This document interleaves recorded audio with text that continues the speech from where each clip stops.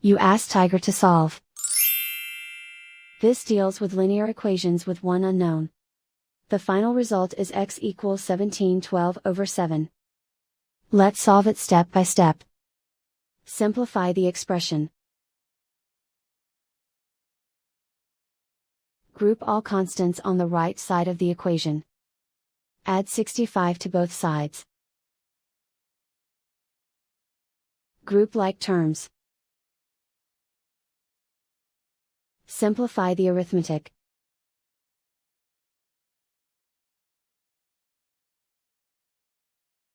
Isolate the x. Multiply both sides by inverse fraction 8/-7. Move the negative sign from the denominator to the numerator. Group like terms. Multiply the coefficients. Simplify the arithmetic.